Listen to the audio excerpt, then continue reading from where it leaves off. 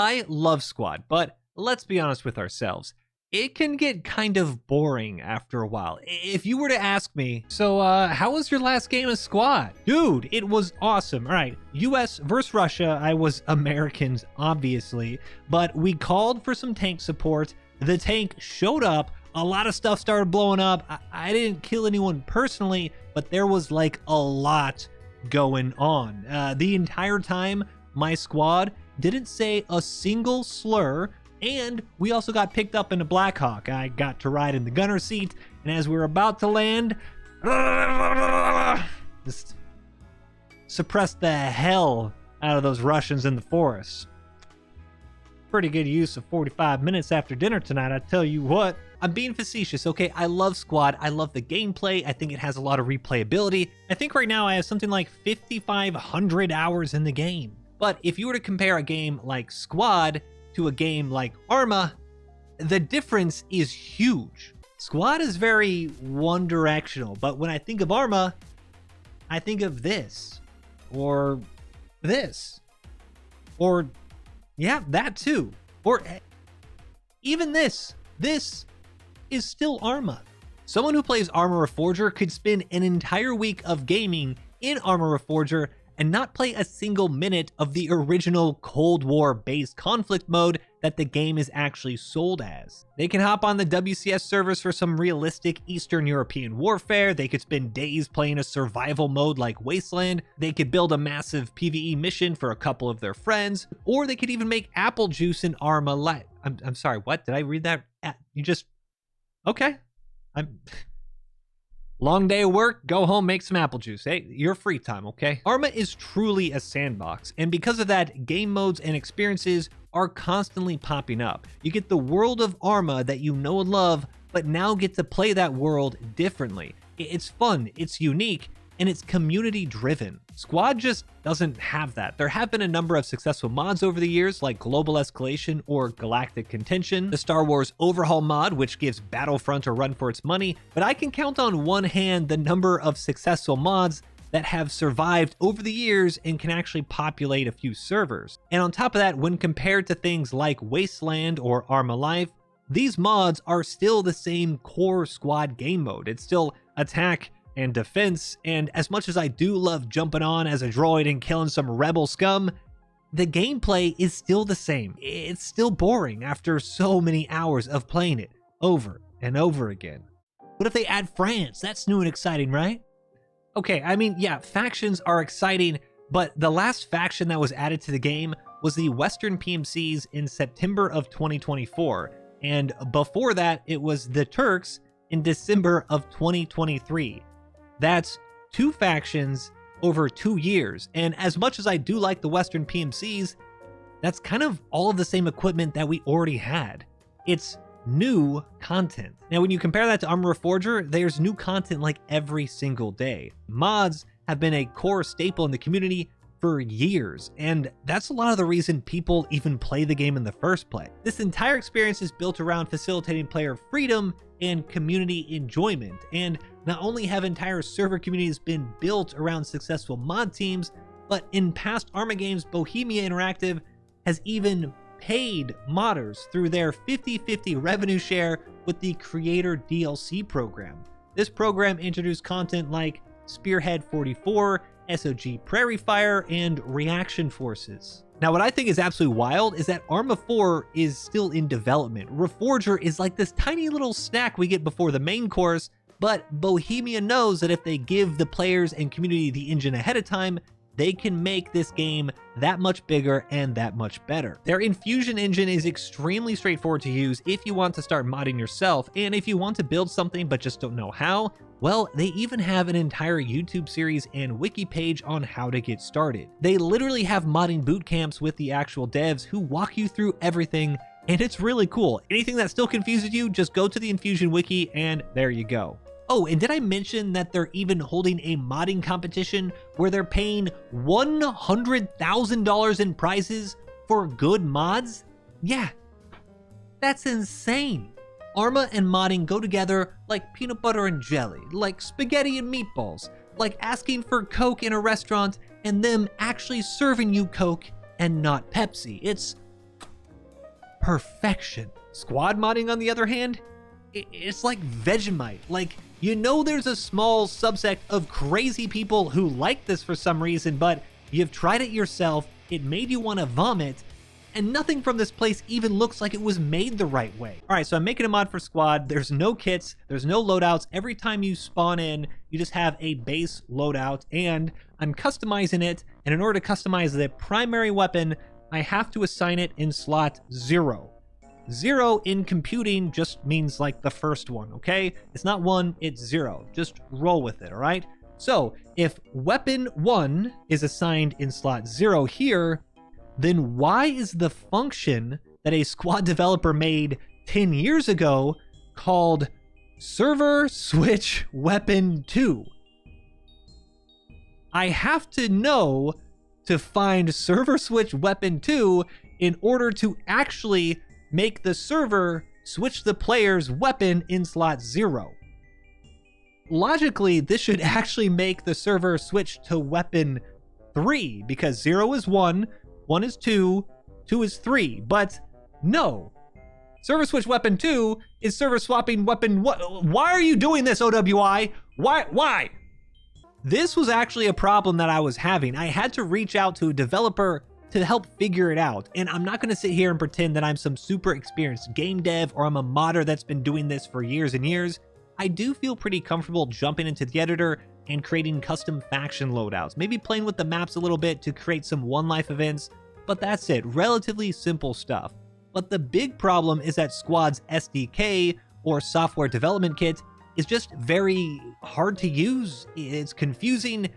The whole thing is made from modders who didn't know what they were doing 10 years ago. You see, back in 2015, Squad had just entered alpha development, and Offworld Industries was just a bunch of bright-eyed and bushy-tailed developers who were recently only Battlefield modders. They came together and decided to make themselves a real studio, and as a result, what they made didn't really look the best. It worked. It looked good for the person playing the game, and that's what was important. But under the hood, it was pretty messy, and a decade later, the game is now suffering from those decisions made by people who really didn't understand best game dev practices. See, tactical shooters are known for realistic weapons and customization of those weapons, and although Squad does have things like a base M4 and then an M4 with a foregrip and then one with an ACOG, there's no customization in this game to make the weapon really be yours, and that's fine, that's perfectly acceptable. There was a gameplay decision made where players were to be given pre-made kits, and then those kits would always have the same loadouts. That is fine, but the real problem was how this whole system was programmed. In Arma, you have a weapon and then attachment points on that weapon model where your player can then put on scopes or foregrips or whatever else, and then these in-game models can interact with each other in a proper way where the player can then use the new custom weapon. This is very simple. You have gun, you add attachments to gun, it's now gun with attachments, right? But in Squad, every single time you change an attachment, you actually have to reference a completely new gun. In the game files, you don't just have M4 and an M150 optic. Instead, you have M4 with M150. You have M4 with M150 and vertical grip. You have M4 with M150 vertical grip and tracer rounds. There's actually 137 different versions of the M4. The grenade launcher, for example, is also just completely coded separately. You're not just flipping on the M203 attachment, the game is programmed in a way that logically it says you are swapping one weapon with a completely different weapon. This is why sometimes during Squad updates, we get really weird bugs where you just ask yourself, how in the hell do they even break this? You can actually create a Grenadier loadout that has a base M4 without the M203 visually attached as your primary, and then add the M4 with the M203 in another weapon slot. If you swap to it, your soldier would actually swap to that weapon. In the real game, this is all just masked with transition animations, so it usually doesn't matter to the players since they get to use the grenade launchers all the same. They don't really care what happens behind the scenes. But it does create issues like reload animation bugs when you swap weapons, and it can also make for a far more difficult experience for modders who are trying to create custom games. Now, most modders spend a lot of their time looking at how something was done in the game reverse engineering it, and then customizing it for themselves. And I'm not saying you can't do that in Squad. You 100% can, and modders have been doing it for years. But the modding environment as a whole is just a little tough. With all these little quirks in the game files and no official documentation really anywhere, most of us who do want to mod the game have to either reverse engineer something that should be a simple blueprint and instead you spend hours or even days, weeks doing it, or you'd have to look up years old YouTube videos which are completely out of date, and that's it. But that is just the first hurdle to modding Squad. So let's say you finish a mod, you get it published, but how do you get people to actually play it? Well, for that, you need to have a server, and Off-World Industries, for whatever reason, actually restricts the amount of servers a community can have.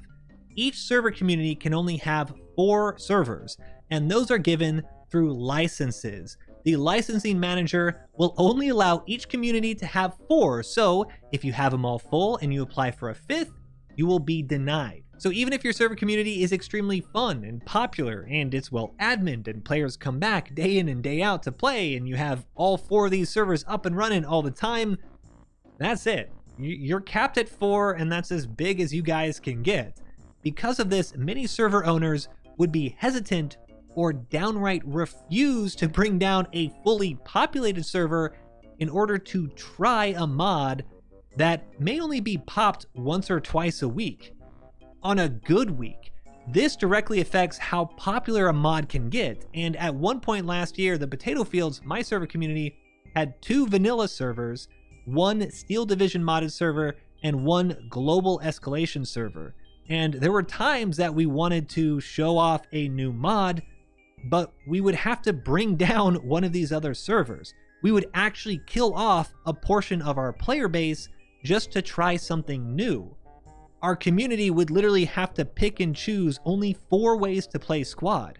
That kills growth from both the community and the modding community. One of the largest modding groups in Arma Reforger, WCS, just started with a couple game servers and adding a few simple modern assets to the game. A few WCS mods were made, the servers got even more popular, it exploded, and now not only are there dozens and dozens of WCS community servers available to play on, the WCS mods themselves are a staple of pretty much every modern conflict server in the game.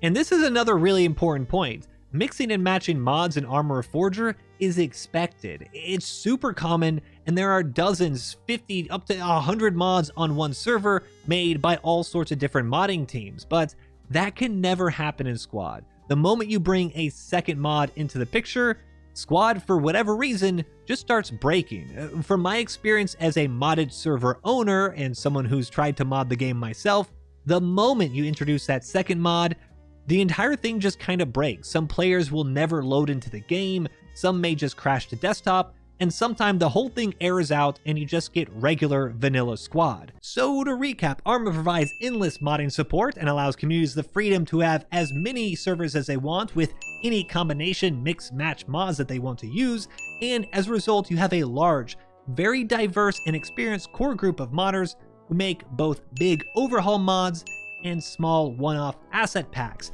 And on the other hand, Squad has next to no modding support. The tools themselves are extremely confusing to use. There's no real way for modders to collaborate since any combination of mods usually breaks the entire thing, and it's not even in the server owner's best interest to try out new mods since they are artificially capped at 4 licenses and will have to kill off a server to try something new.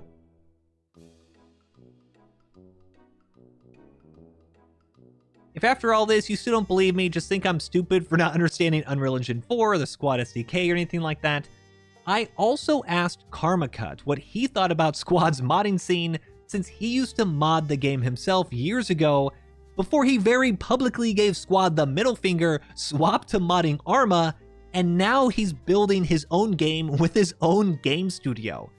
I think that makes him pretty qualified to talk about Squad modding. So I DM'd him and this is what he said. Modding support felt like an afterthought. There was a period of multiple months, maybe even years, where the SDK was not updated. Then when it was updated, it felt like it was managed by a single person. There was little to no documentation, and every update naturally broke the mods. But the support was just horrific, and back then, you couldn't easily mix mods like you can in Arma, so the scene just ended up being a few people managing a few siloed projects. It just felt like a giant waste of time. Now, I don't know if this lack of modding support for Squad was the catalyst for Karma to say, F this entire game, I'm just gonna build my own, but the timeline matches up. I know that his mod was last updated January 2023. A year later, he creates a game studio, and just this past month, that studio has announced that their new game, Bellum, is going to have the same exact game mode that his Squad mod did. It's like a generational fumble from Offworld Industries. A good comparison to this situation might actually be DayZ. It was originally an Arma 2 mod that fundamentally changed how Arma was played, but it got so popular that many people had to buy Arma in order to play it. It kept people in this Arma world, and eventually Bohemia Interactive just said, why don't we just hire this dude? Dean Hall would become a project lead for the standalone game DayZ, and the rest is history. If there was better modding support from Offworld Industries, there might be a parallel universe where Occupation, the brand new game mode in this brand new UE5 game by KarmaCut, was actually instead a brand new game mode for Squad.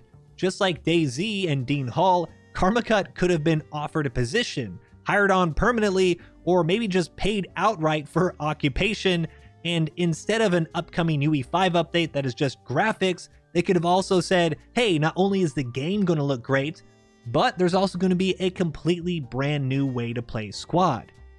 This opportunity was instead missed, and players who now might like Squad, but are getting really bored of the repetitive game modes, will now just wait for Bellum to get into early access. Now, I've been frustrated about Squad's modding support for a while now, and I'd kind of given up thinking that this game could actually provide custom game modes and experiences because of all these barriers preventing the mod scene to really grow. It just seems like such a self-imposed problem, and I see friends who no longer play Squad, not because they don't necessarily like the graphics or the gunplay or the vehicles or whatever, but because Fallujah Random Advanced and Secure V2 for the 524th time is just boring. However, I think that all might be changing. This past week, I started playing a Squad mod called King of the Hill, and if you've ever played Arma 3 King of the Hill, it's exactly the same thing.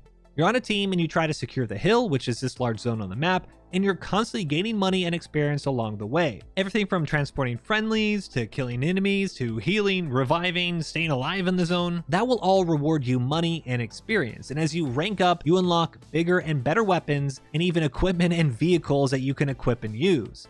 You start off with the Mosin Nagant bolt-action rifle and work your way up towards AKs and M4s, and eventually I was piloting my own little bird and sniping enemy vehicles with RPGs from 500 meters away. It's the chaos of Squad, but in a completely new game mode. It's fast-paced, there's vehicles constantly blowing up, helicopters slamming into buildings, and players splatting into the ground because they forgot to pull the cord on their parachute. On top of this, not only is the gameplay fun, but the entire thing is persistent. Your profile does not disappear or reset if you disconnect, or the server crashes, if the round restarts, or even if you swap servers. You actually have a persistent cross-server profile that has a shared experience and shared economy system. This is a crazy breakthrough in Squad modding. The maker of this mod goes by the name Carnage, and he's actually an Offworld Industries developer who works on games like Squad and Starship Troopers, but has these modding projects in his spare time, and because of his extensive knowledge of the game engine, he's been able to go where pretty much no other modder has been able to, and within a month, this mod now has a consistent player base with at least one full server up 24/7. Soon there'll be weapon progression, kill streaks, and other King of the Hill gameplay, which will let players experience this fun Arma 3 game mode without all that Arma 3 jank. King of the Hill is giving players a reason to stay in Squad instead of going to some other game if they want to change up the game mode a little bit. And I think this is a type of content that Squad really should be promoting. Whenever I get bored and burned out from playing a round of Squad, now instead of just exiting the game and playing something different, I'm just hopping on King of the Hill. I just kind of dick around a little bit, level up my weapons, try to blow up some vehicles, fly a helicopter to the side of a building by mistake, but it's just so much fun. It's a nice break. It's like a palate cleanser. And an hour later, I just get right back into a regular game of Squad. I'm never really sick of Squad and the environment and the gameplay. I just get kind of sick of the slow-paced downtime and repetitive nature of some of the layers. And King of the Hill really allows me to play Squad without really playing Squad. You know what I mean? Now, I don't have a true solution for Squad's content problem, but I do think King of the Hill might have been the kick in the ass that OWI needed to see just how customizable their game can be. This mod is only alive because Carnage has like 7 years of experience working in the Squad editor. If there was a way to help share that knowledge of his and other developers through official tutorials, videos, wiki pages, whatever, we would see a bunch of modders coming back to work on the Squad SDK. There'd be a resurgence in modding if OWI could just allow the modders to have some semblance of support. And if licenses were then able to be unrestricted, server owners would be way more willing to take a flyer on a mod that looks kind of cool. And if someone at OWI is listening to this and is like, well, why would we spend time and money making modding tools instead of creating new factions or a new map? Or no, okay? Within the past year, one of the main reasons that Arma Reforger exploded in popularity was not because of the content, but it was because the game was finally made stable enough so that modded content could flourish. Gamers would see clips of stingers shooting down helicopters in a Ukrainian countryside, or Viet Cong ambushing GIs in a tall grass. They would say, wow, that was really cool. They'd go buy Arma Reforger, and then they'd jump into a modded game. They probably wouldn't even spend a single second in vanilla Arma Reforger, but that didn't matter. It was still selling copies. I already know for a fact that some people have bought Squad just to play Galactic Contention and nothing else. So I know that Squad could see a bunch of money come in if they just stopped trying to control the community every step of the way. But that's just like my opinion, man. But what do you think? Do you want more mods in Squad? Are you a fan of how community-driven Arma is?